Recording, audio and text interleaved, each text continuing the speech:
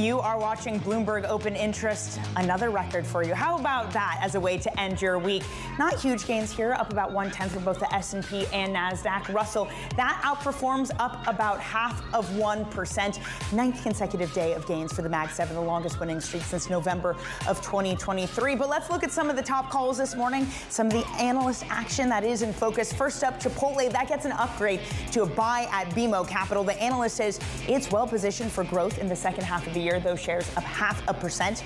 Next up, Abbott Laboratories, also getting an upgrade for them. It's from Jefferies. The analyst saying the recent pullback is too punitive, and the analyst likes the company's fundamentals, up less than 3%. Finally, Wall Street weighs in on Netflix after it beat expectations, raised its full-year forecast, though falling 4%, pretty chunky this morning. Piper Sandler, Morgan Stanley, and Wells Fargo are among the banks raising their price target. Morgan Stanley says the company's use of AI reinforces its bullish view. And for more on Netflix, pleased to say that we are now joined by Geetha Raghunathan, media analyst for Bloomberg Intelligence. Geetha, great to see you this morning. For you, which side do you lean on? The sell side there saying, hey, it was a great quarter, or what we're seeing over here, shares falling 4% this morning? Yeah, thanks so much, Danny. So it was definitely a solid print. I mean, everything that we had hoped for, I think Netflix delivered. I think what we're really seeing this morning in terms of the muted reaction in shares is, expectations were very, very elevated coming into the quarter. And while the company did raise guidance, both in terms of revenue and in terms of its operating margin metrics, some may argue that the source of that raise was somewhat of a low quality source, which was more tending towards FX, currency headwinds rather than, fundamentals. But still, fundamentals extremely strong, Danny. So what does this mean in terms of the right valuation for Netflix? To the extent that you see investors kind of getting jittery about how much it has run up, what would it be doing that would justify that valuation to be much higher in the next year?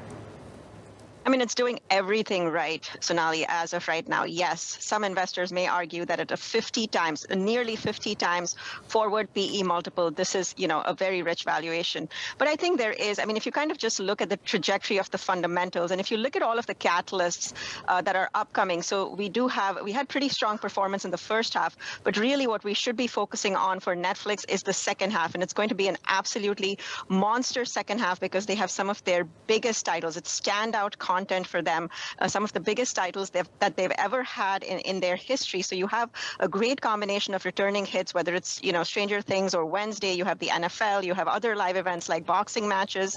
You have movies. So everything and more that you could hope for. So that obviously is going to drive a lot of subscriber momentum. And then the big catalyst that should play out through 2025 and definitely in a big way in 2026 is the ramp up of the advertising business, and that definitely will help. So really the metric that we're looking for Netflix in terms of operating metrics is, revenue growth, right? And we saw an acceleration of that revenue growth, and whether they're going to be able to deliver, those 13 to 15% revenue gains. And I think they absolutely will.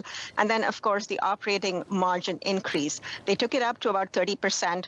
I think they can go very, very much higher. I think it's a pretty conservative outlook, just kind of looking at, what they've achieved so far.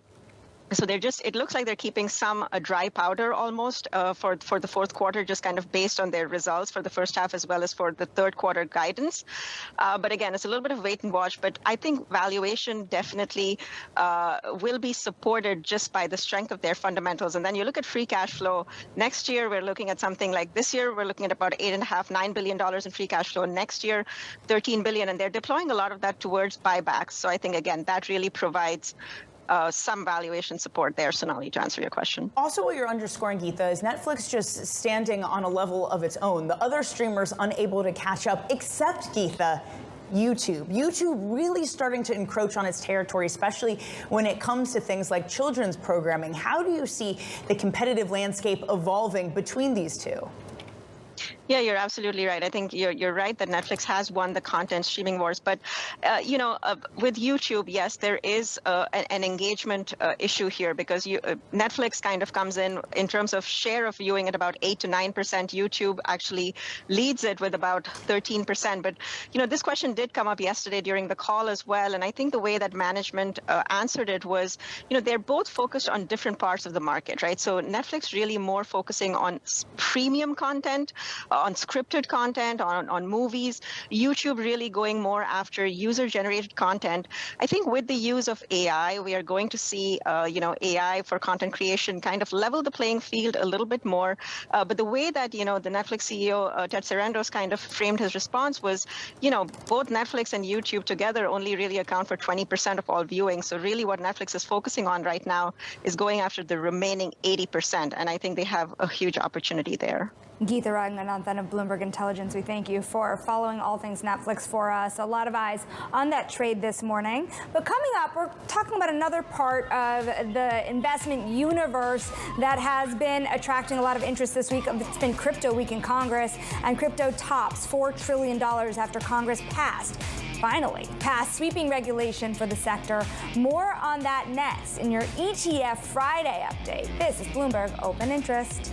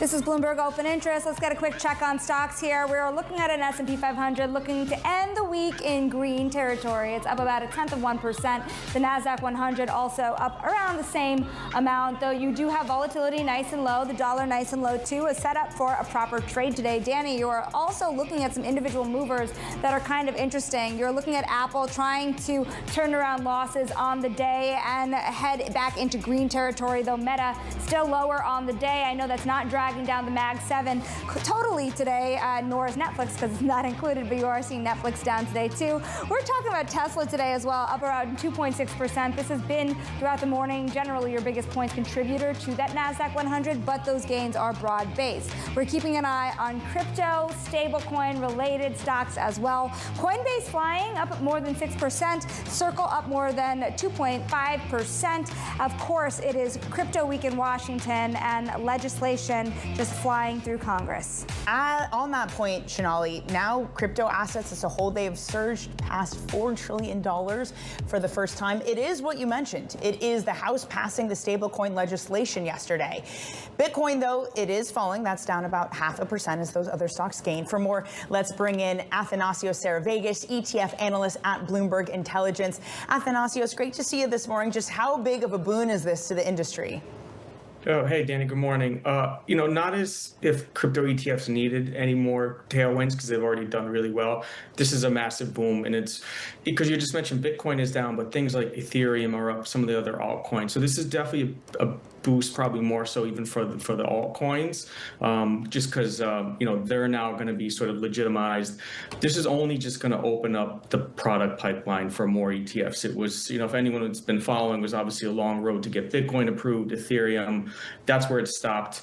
This is now going to just open up the door for all these other filings. So, it's not really hard to see that this is obviously going to be a really, really big boost to ETFs, product development flows. We're already seeing Ethereum had record flows this week leading up to this passage. So it's definitely caught the eye of all these ETF investors. How do the new rules around crypto change the thinking around Ethereum? Because your colleague, James Seyfarth, and I've got to say, I get off the show and I go listen to him on Twitter sometimes to hear about how these rules are changing. A lot of audio on that platform with him these days. How are the rules changing enough to justify interest around the staking ETFs that are being filed? Yeah, obviously they're not as comfortable. They weren't as comfortable with it before this passing, but it seems like this is going to now, there's been some filings, some other issuers have filed for staking, which always kind of baffled me because staking exists in other regions like in Europe. So this is definitely going to open up the door for more staking. A couple of the issuers have already sort of, jumped that gun with some of the new filings, but again, big boosts for Ethereum and again, some of the other altcoins as well. Athanasios, we thank you so very much for joining us today. That is Athanasios Serafagis of Bloomberg Intelligence. And tune in to ETF IQ on Mondays at 12 p.m. New York time. A little bit of crypto and a lot on the broader indexes as well. Speaking of checking on stocks here, of course, we've been talking about it. Ending the week in the green, despite all that headline risk we started with. We are back above 6,300. It is that moment that we have been waiting for. And some of the stocks in the green include Chevron. We're going to be speaking to Chevron Chairman and CEO Mike Wirth next. Stick with us. This is Bloomberg Open Interest.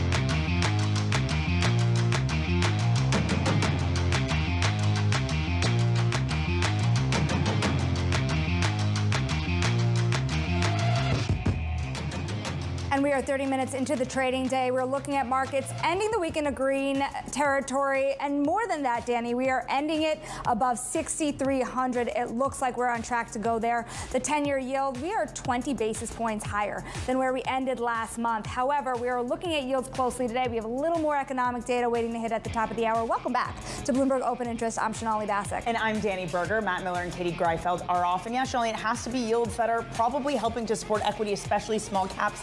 Front end down more than 4%. And Sonali, we have some breaking news when it comes to the UMich survey. Sentiment rising again, 61.8. We are coming in above estimates, and this has been a week, Danny, where data has come in strong. We will get into this data more now with Bloomberg's international economics and policy correspondent Michael McKee joining us. And the softer data, the consumer data, has been kind of disputed all year long, but at the same time, we are seeing it kind of hold up, aren't we, Mike, with the rest of the week in terms of positive news about the economy? Positive news about the economy. We saw that with retail sales being a bit better than expected. And now you've got consumer confidence rising for a third month in a row. The sentiment number, as you mentioned, Danny, 61.8, up from 60.7. Current conditions are seen much better, 66.8 from 64.8, and a slight rise in expectations for the future, 58.6 from 58.1. The Fed will be cheered, and Chris Waller will be cheered by the expectations for inflation. 4.4% is the one-year expectation. That's down a lot. 5% was the view last month, and 5 to 10-year inflation at 3.6, down from 4.0. What is probably going on here is that the president has threatened a lot of things that haven't happened yet. So people aren't seeing as much damage to the economy and to their own pocketbooks from tariffs and everything else as they might have expected when we saw consumer confidence plunging. So we'll have to wait and see once the tariffs actually do go into effect, a majority of them, whether this rise in confidence can hold.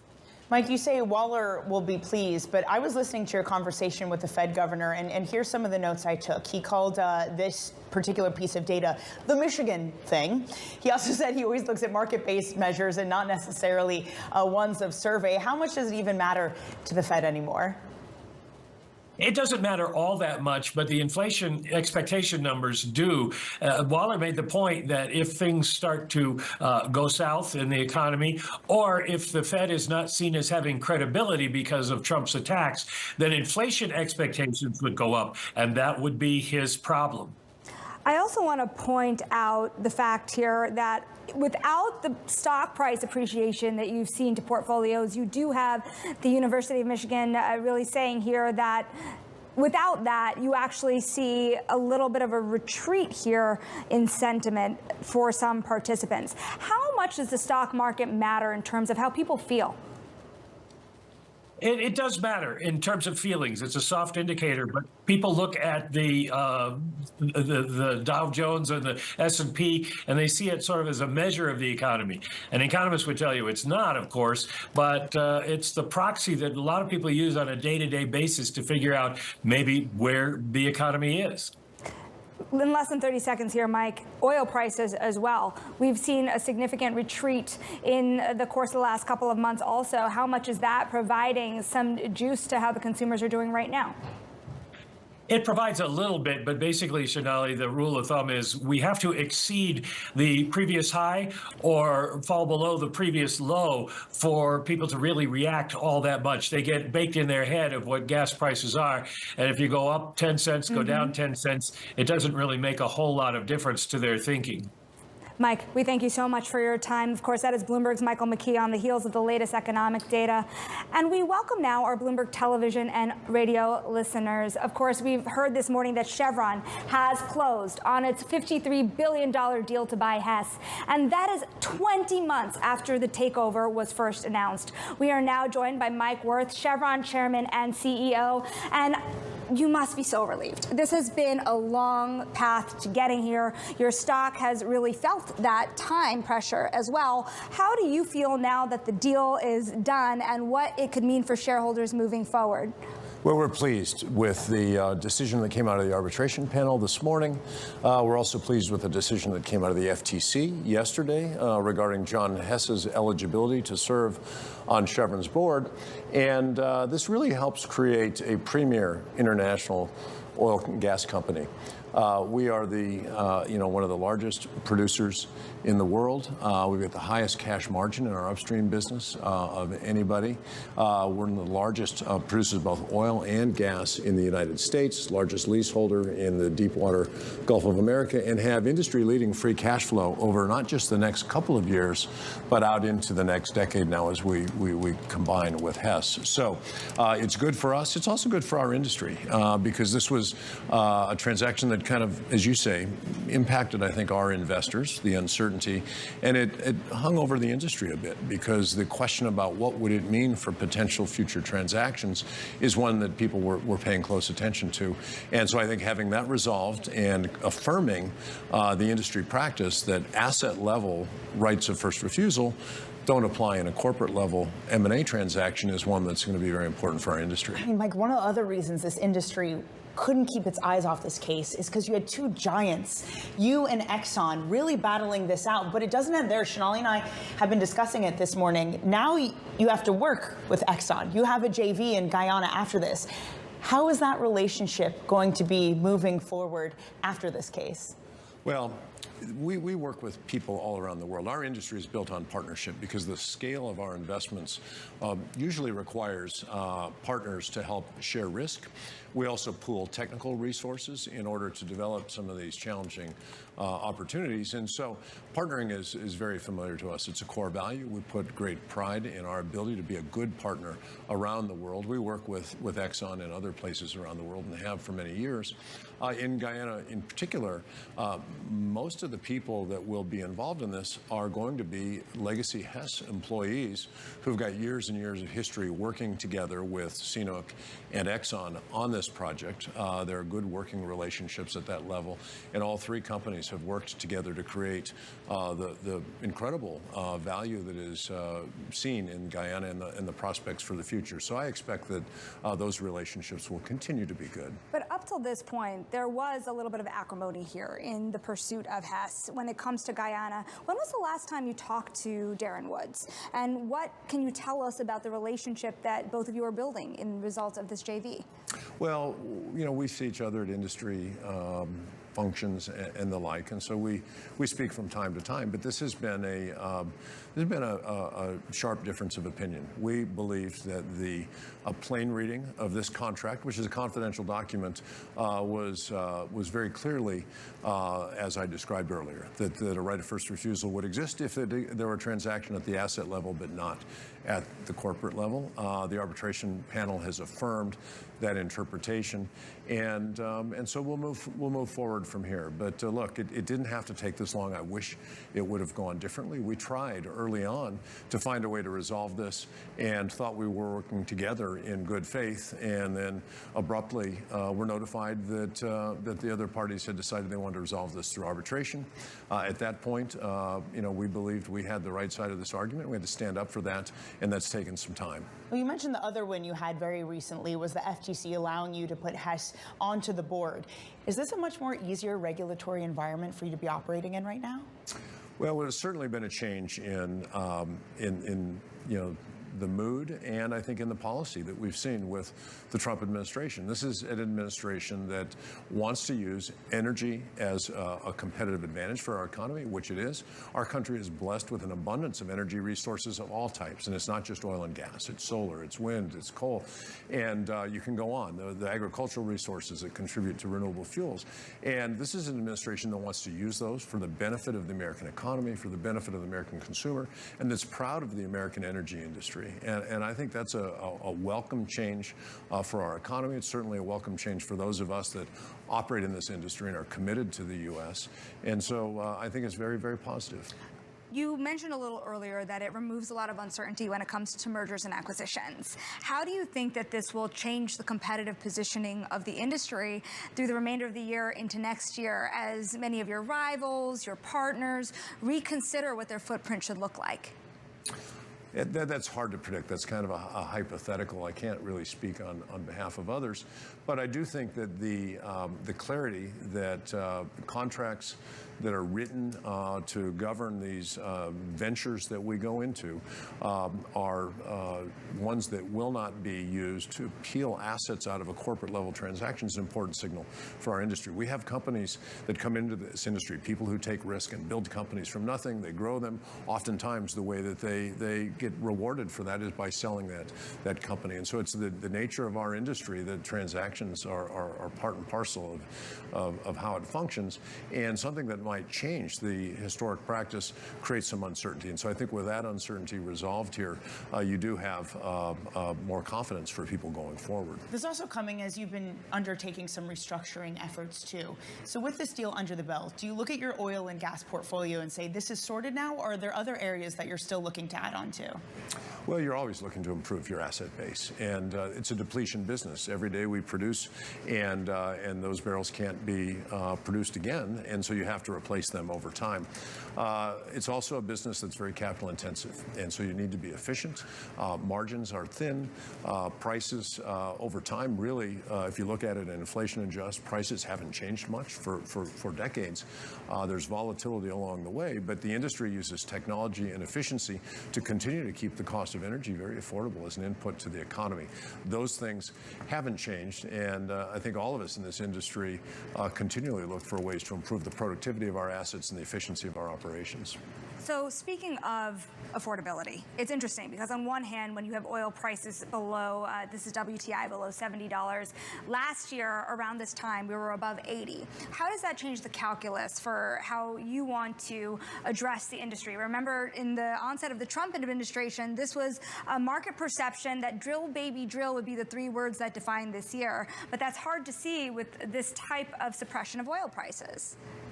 Well, we respond to market signals, and our company lays out a program. We invest for the long term based on a long-term view of prices. What prices do in any short period of time can influence the cash flow of the company and the short-term financial results, but they don't have a material impact on our longer-term plans because we develop assets over a period of years and often decades, and their lifespans are oftentimes many decades. So we take a long-term view on supply, demand, technology, competition, and price to set our capital spending plans, and they really don't, absent an event like COVID where you see a dramatic contraction and a lot of uncertainty, we tend not to move our investment plans around over shorter term movements in commodity prices. Mike? Weeks away from earnings season, and on the heels of a deal finally closing, Mike Wirth, Chairman and CEO of Chevron, really a new day for the oil industry here. We'll be keeping an eye on how it plays out. Let's get a look at some of the stocks moving this hour as well, because people, in addition to big oil, have their eyes on big tech. Netflix reporting second quarter results exceeding investor expectations in every major metric, yet the stock's still down more than 5%, Danny. It is down more than 5% after a 43% runoff. I know this one you're paying attention to, Shonali. Amex also down 3.5%, even though it outperformed expectations. Maybe this is kind of the same problem, just a big run up. And how expensive is their card going to be? Yes, I am totally watching that very closely. You have Citigroup trying to enter the space in a bigger way, MasterCard trying to come out with new perks, and of course, JP Morgan fighting pretty hard in that regard. So competitive space for the most affluent clients in the country. But beyond the affluent clients, you have more affluent retail traders, I suppose, don't you? You have Charles Schwab saying client assets are hitting a new record and trading revenue rose, brokerage topped earnings estimates. This is a Wall Street that is watching that retail trader who has been right by betting on some of the high-flying names and winning off of it. Feels like 2021 again. Retail is buying. They're seeing the wealth of that. And now they're getting a boost from crypto, too. Coming up, Shonali and I are going to talk about just that, crypto getting a boost from Congress. We're going to be speaking to Bo Hines, Executive Director of the President's Council of Advisors for Digital Assets. That's coming up next on Bloomberg Open Interest.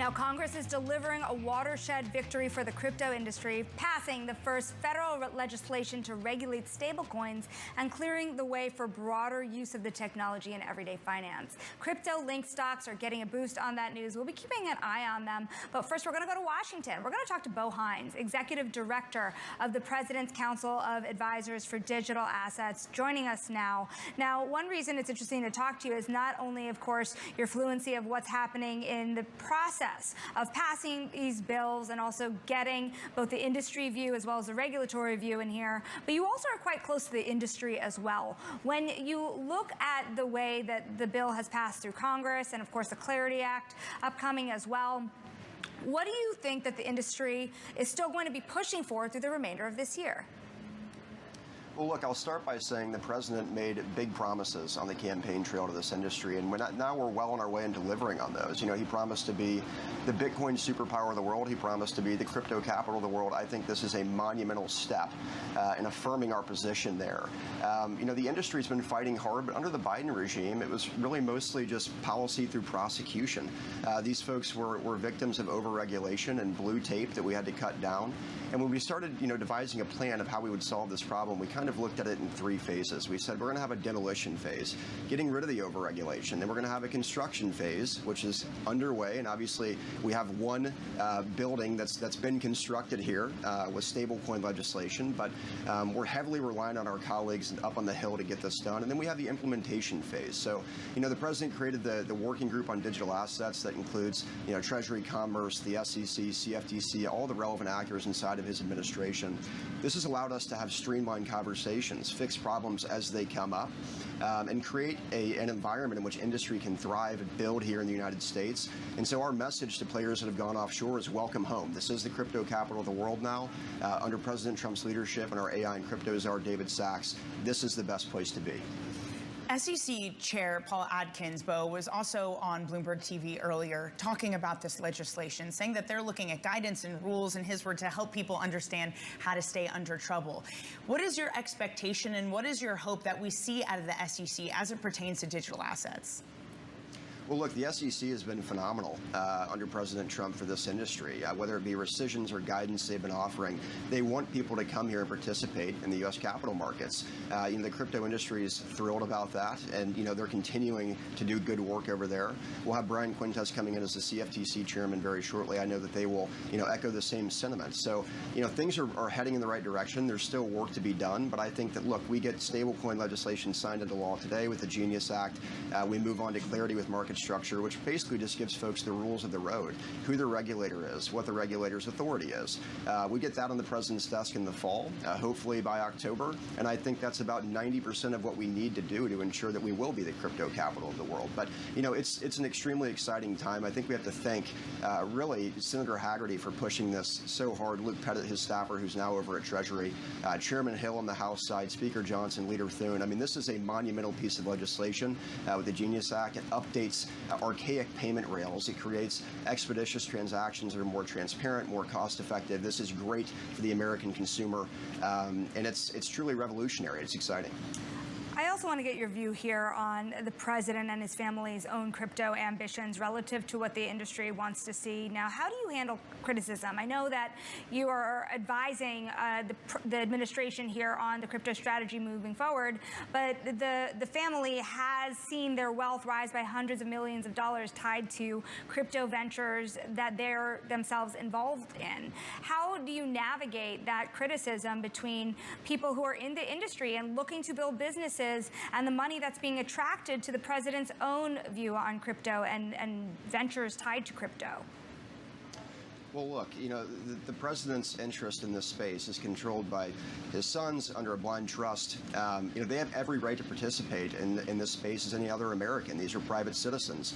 The reality is President Trump's a great business person, as are his sons. You know, I would be shocked if they wouldn't be participating in this space as the great business people that they are. I mean, this is where the new technology for a financial system is emerging from.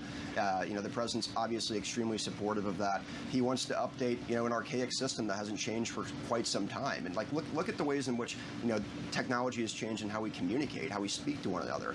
But the ways in which we move money hasn't. So the technology coming out of this space is instrumental for us to be leaders in the digital asset technological development race, and the president wants to support that, as does his family. Well, Bo, it goes to this bigger question of this industry. It is growing very, very quickly, as you're hinting at. There are concerns about guardrails. For example, if they have to buy treasuries that back up the assets, what happens if one of these stable coins go under and there's a spiraling of selling that emerges across asset classes? What are the guardrails that are necessary for this industry as more adoptees come in? Well, look, the Genius Act is very intelligently written in this way. You have to be one-to-one backed. You have to be audited. You have to ensure that you can prove that you have the reserves there, and they have to be U.S. Treasury notes. And this is great for the U.S. economy. It creates demand for our debt. It ensures U.S. dollar global dominance for decades to come. And that's why this piece of legislation is so revolutionary. I mean, this is incredible for the United States of America. And look, I mean, at the end of the day, one of the stablecoin issuers that's out there is going to be the fourth largest purchaser of U.S. Treasuries this year. That makes us way less reliant on folks like China, our competitors in the global economy. This is a fantastic opportunity for us to sell private business on buying our debt. But Bo, to your point on stablecoins here, it is very significant to see how much they are beginning to hold in terms of U.S. Treasuries. There is an estimate by Apollo that this could rise into the trillions. And while that might provide some support to the Treasury market, there is a concern that China is using stablecoin, even U.S.-denominated stablecoins, to bypass SWIFT. Is the administration looking into that at all? Well, look, with blockchain technology, there's complete transparency. And you have to, even state-sponsored actors, that would not be the smartest way in order to bypass systems to do nefarious things.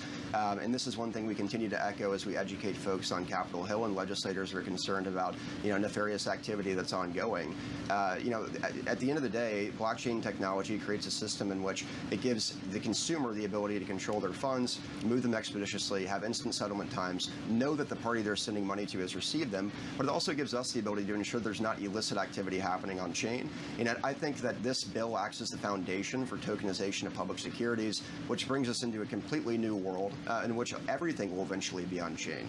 But look, it's an exciting time. We look forward to having this bill signed into law today, and we just can't thank the president enough for his leadership here.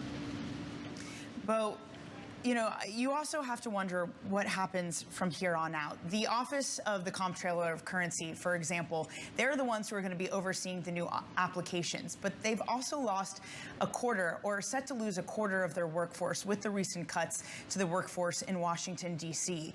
Are we set up to handle the load that's about to come? Is there a real concern there? Absolutely. We have the necessary folks in these positions with jurisdictional authority that can absolutely manage this. Treasury will have a lot of input here, as will the SEC and CFTC. And look, we have this working group set up amongst all of the authorities that exist inside of the administration. We will be working together to streamline this process, make sure we have the proper oversight that's necessary to ensure everything flows smoothly.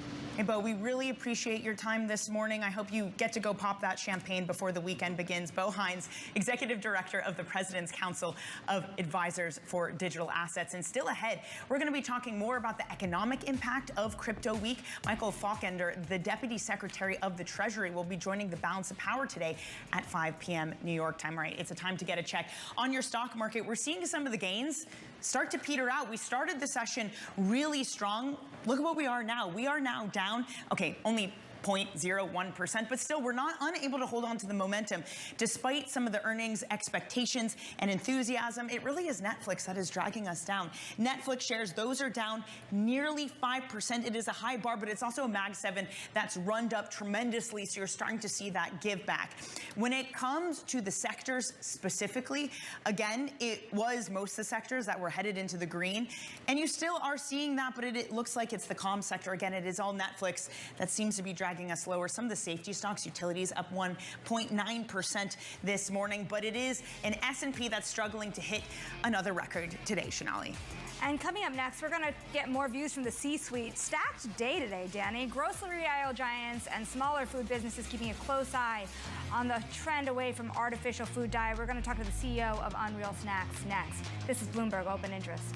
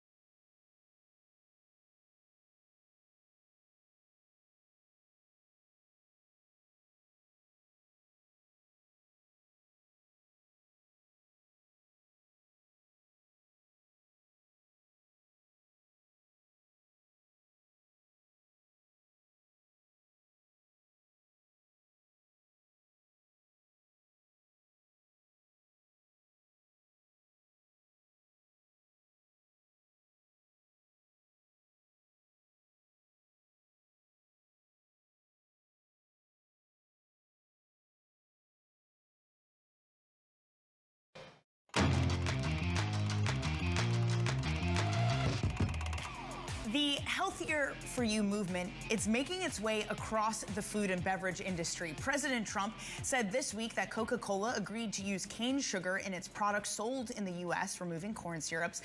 But one candy company has already been doing just that. Unreal Snacks has been making candy without artificial ingredients and unnecessary sugar for the past 15 years. Joining us now is Kevin McCarthy, the company's CEO. Kevin, great to speak with you this morning. And it's not just Coca-Cola. The International Dairy Foods Association said that they would stop using synthetic colors. RFK Jr. said between 35 and 40% of the food industry is now pledging to make the shift. You've been doing this for 15 years. Can you give us an idea of the costs and supply chain difficulties with making the switch that now these giants of the industry are going to have to start doing?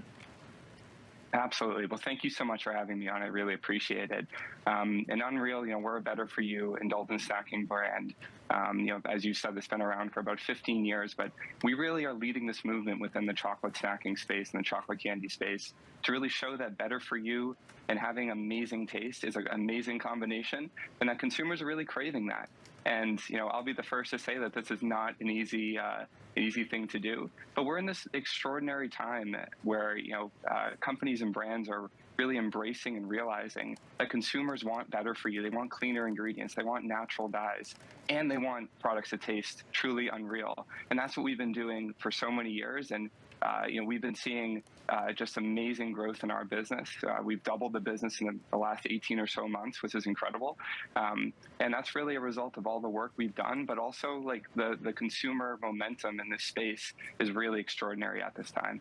Kevin, you mentioned this is hard to do, and I'm wondering if you can bring some details behind exactly how hard, how costly that could be, because do you see the likes of Skittles, M&Ms, the really big brand name types of candies that many people grew up with, do you see them caving and switching to do something that is more healthy and remove artificial dye and really meet the RFK Jr. push to do so? How much would it cost them?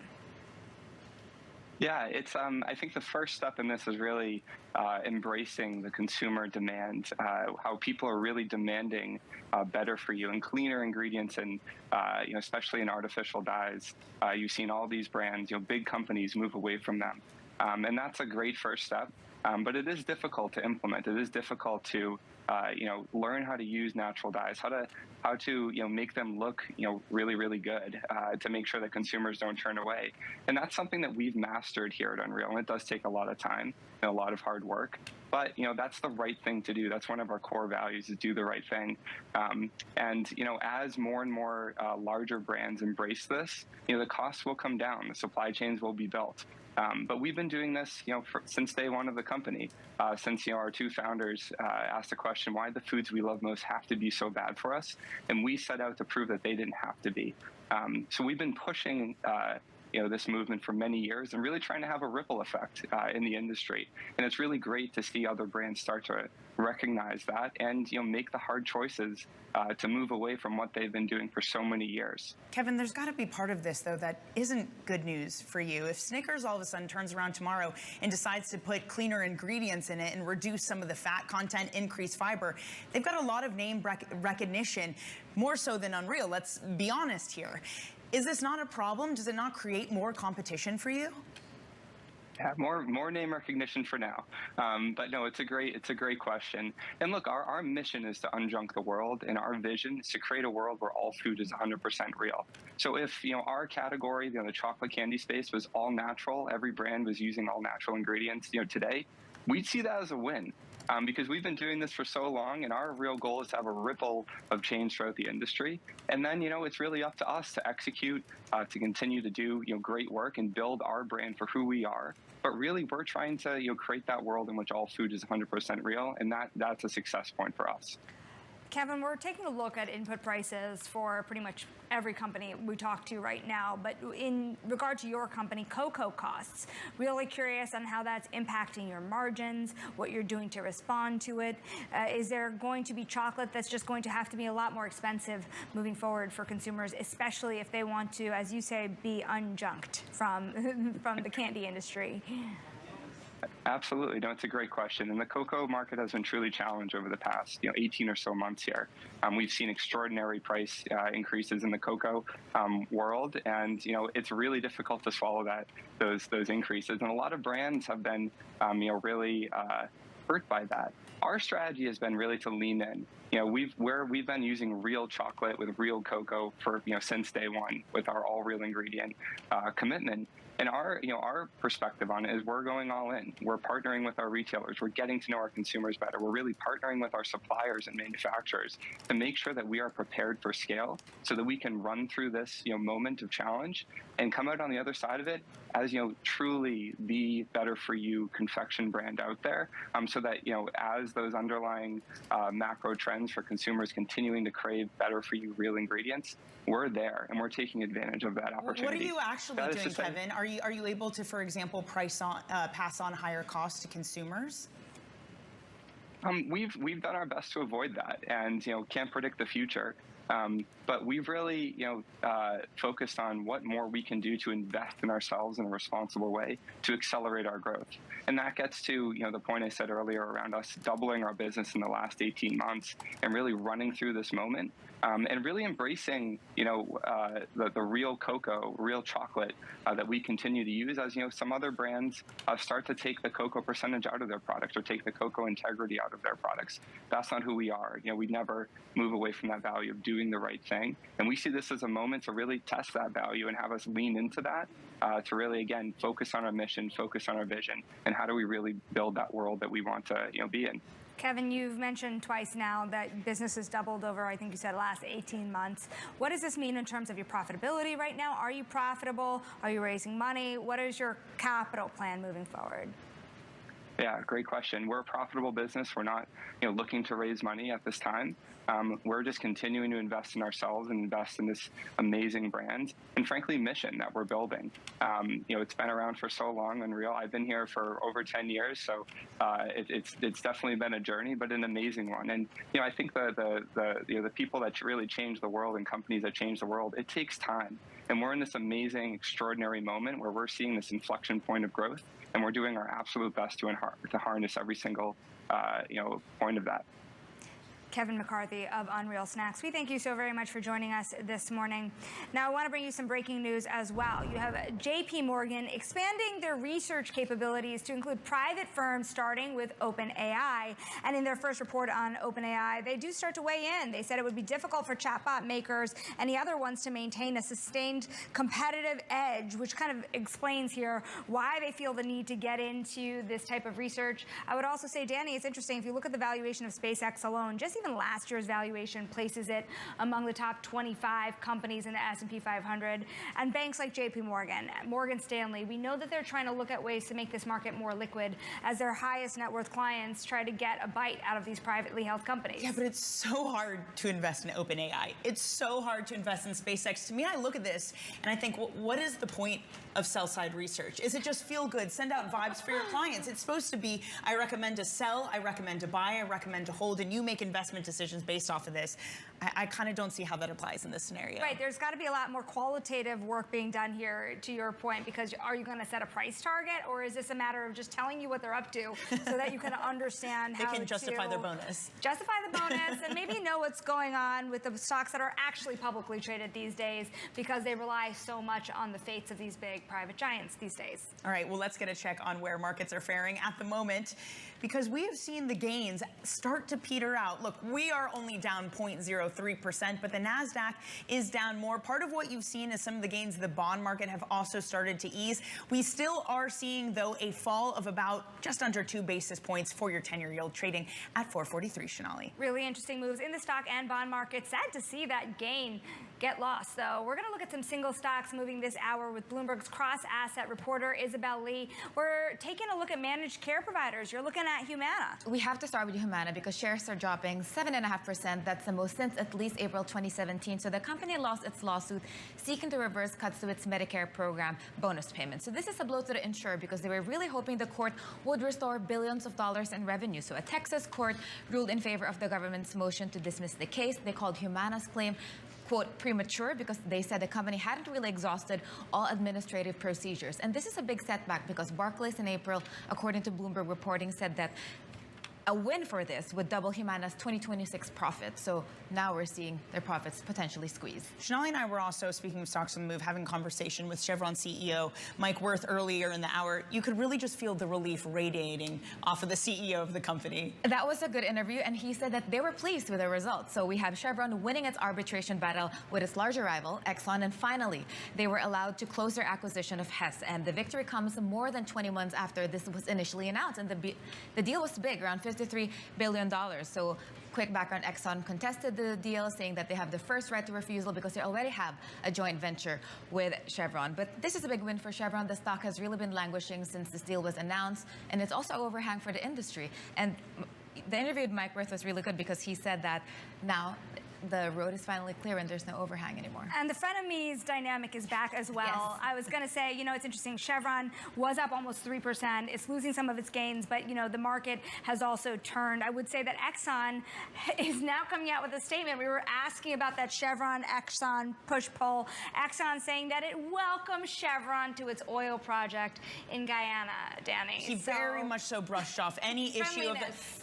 Frenemies is good. Industry frenemies. It's exactly what it is. Yeah. Right, yes, exactly, exactly. You're also watching another deal conversation underway. You know, I keep on thinking we're in the world of the Gilded Age once again, and we're talking about railroads, which is very fitting for the moment that we're in. So we have Union Pacific saying that it's exploring an acquisition with Norfolk Southern, and you see Union Pacific shares edging lower, and obviously Norfolk shares are up almost around 3%. So the setup could really rank as the largest deal ever because we have the #1 and the #5 North American railroads merging, and combined their market cap is around $200 billion. So obviously both companies are positive on the deal. So we'll see, but yet again, another frenemy merging. Isabel, we thank you so very much for keeping an eye on it. This is a market, Danny, that's in love of the deal news that's coming out. You do see another 3% rise in Norfolk. Yeah, and it also chimes with everything that you are reporting on for these banks, too, that investment banking coming back, the confidence when it comes to deals. So here you are seeing the concrete deals actually coming through that provides that tailwind. Yeah, but they're giving it to investors, yet the stocks are not responding that well. And you could see it with Netflix being the biggest drag today on that S&P 500. And we're going to switch gears a little bit. We're going to head away from the market as you digest all of the gyrations under the surface. Coming up, we're going to talk about a tariff really to whine about. Oh no, the puns this week. Your glass of vino may be getting more expensive on Wall Street week. We're going to take a closer look at what President Trump's proposed tariffs on European wine could mean for the industry. Stick with us. This is Bloomberg Open Interest.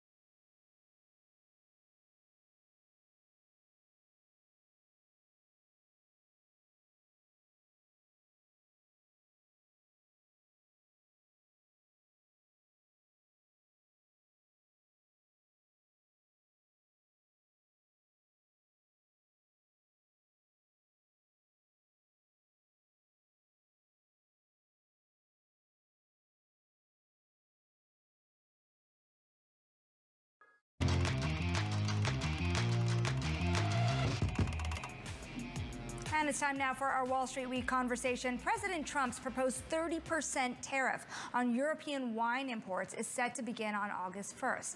David Weston explores how the move could reshape not just imported wine, but the entire industry. Ben Aniff is president of the U.S. Wine Trade Alliance.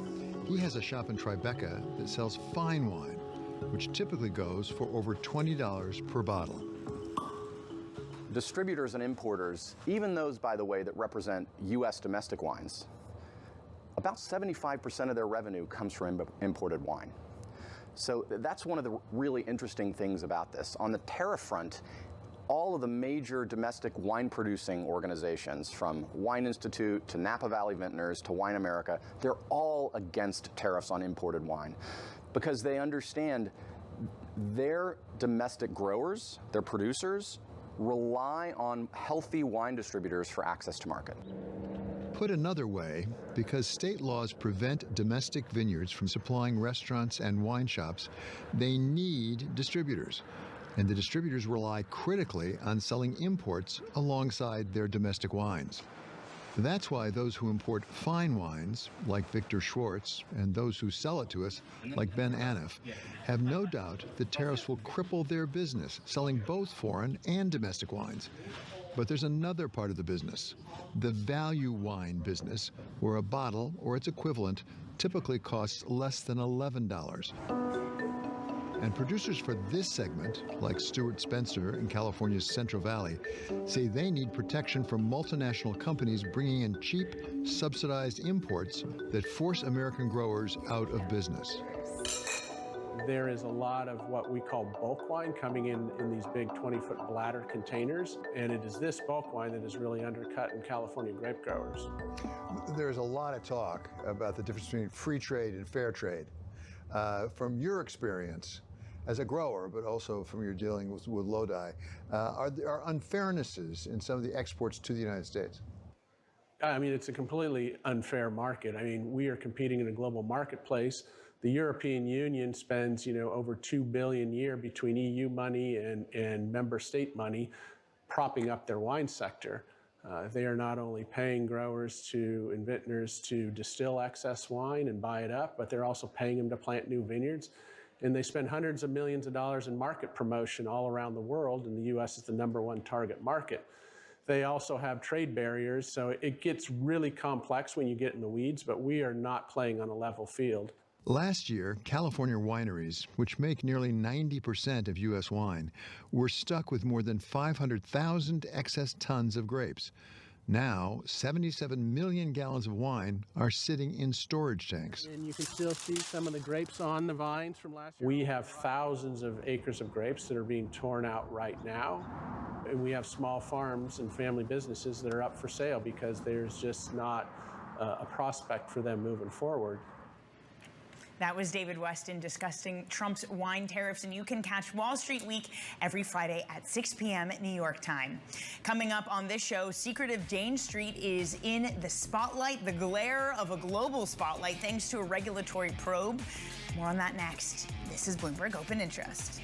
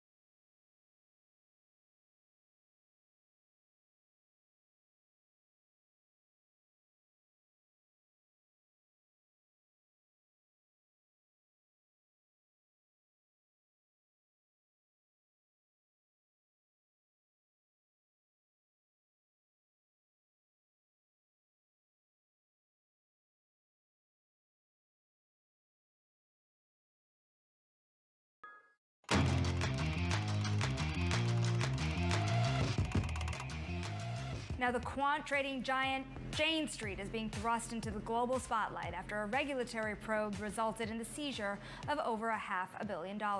For more, we are joined by the co-author of today's Bloomberg Big Take, finance correspondent Catherine Doherty. And you have been all over the Jane Street story. The fact that they have become so large that even in a year that they have surpassed Bank of America and Citigroup at their trading desks in terms of revenue. You went through bond documents. You followed a regulatory probe now. After what has been a fairly tumultuous 2025 so far for this company, how has the reputation been changing on Wall Street? So that's what we're starting to see unfold. This is a firm that has been in the background. They're growing in prominence. They're making billions of dollars of revenue in the year. They doubled that revenue from 2023 to 2024. But now the way that they're doing that has been thrust into the open. So you have this probe out in India from the regulators that is releasing documents that minute by minute, hour by hour, they're showing not just the trades that this firm is inputting, but the amount of money that they're making doing it, the profit. And so you've seen across Wall Street, their competitors and just folks that are curious and want to kind of analyze how this firm is doing what they do, they're pouring through these documents. And it's such an unusual time because this is a firm that otherwise can just be, again, behind the scenes, behind a curtain, and operate in the way that they have been. They've been founded in 2000, so it's not as if this has happened overnight. They've evolved over time. What is different here is, as you bring up the reputation, this is something that has been the talk of the town, really, in the last 2 weeks. So of the revelations, you have the Securities and Exchange Board of India having a 105-page order in addition to the bond documents you went through. What are some of the revelations that your sources are latching onto? So they're looking at both the size of these trades, the concentration at certain times of the day. There's a lot of questions around how they're doing what they do at the scale that they do. So I think that is probably the key difference that folks are looking at, is the amount of money not just that the firm is making, but that the capital that they have to work with, the amount of risk that they're able to take is much greater than their competitors. And the banks on Wall Street that are under regulation that they have to answer to also their shareholders. It's a completely different ballgame. But even amongst the market makers, the folks that are the peers of Jane Street, they're looking at this and they're saying, how is Jane operating and how is Jane market making that is a much different flavor than what they are. And so that's really like kind of the key questions that are being asked and analyzed across Wall Street. When some of these things appear and their competitors can look at it, does it do anything to erode their edge? Do they need to change track on certain things now that you have some of these documents for view by the public? I think that remains to be seen. That's something that I'm asking the street about. But Jane in general, they are it's simplifying it, but they're providing a service. And so they can continue to operate and be a market maker. They're providing liquidity to the market. And also, just because this happened in India, they're across the globe. And each jurisdiction and each asset class that they're operating in, they're going to be a different player, but in many ways they're a key player just across the board. So many folks that I have talked to have said that they don't expect that Jane Street will pull back in a way that they're going to, it's going to affect their business for the long term because of how prominent they've become, that strength is going to carry them through. Catherine Doherty, we thank you so much for joining us today. That is Bloomberg's Catherine Doherty. Don't miss her story on Bloomberg.com and on the Bloomberg Terminal. Currently the most read. Interesting questions around how Jane Street makes money, as well as some details on how well they are capitalized. Let's go check on these markets before we let you go, because we are seeing a switch, a little bit of a reversal in this S&P 500, trying to keep in the green, but below that $6,300 level now. The 10-year yield hanging out at 4.43%. Long day ahead, though, still, Danny, and a lot coming up next week. Coming up on Monday, we have Rob Arnott from Research Affiliates, Gargi Chowdhury of BlackRock. After this rush of data we've seen this week, Verizon CEO Hans Vestberg. This is Bloomberg Interest. Have a great weekend.